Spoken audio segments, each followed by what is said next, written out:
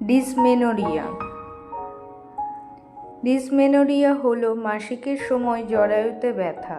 এই ব্যথার পাশাপাশি আপনার বমি বমি ভাব, ক্লান্তি এবং অন্যান্য উপসর্গও থাকতে পারে। সাধারণত মাসিক শুরু হওয়ার আগের দিন বা মাসিকের দিন এই ব্যথা সবচেয়ে বেশি হয়।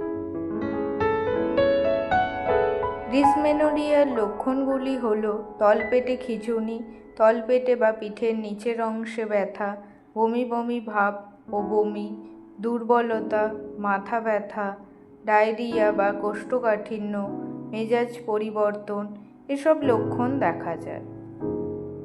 এর কারণগুলি হলো শ্রোণীপ্রদাহ রোগ, জরায়ু ফাইব্রয়েড, এন্ডোমেট্রিওসিস, একটপিক প্রেগনেন্সি, গর্ভপাত, শ্রোণীগহ্বরের সংক্রমণ, টিউমার, এরকম আরও অনেক কারণ দেখা যায়।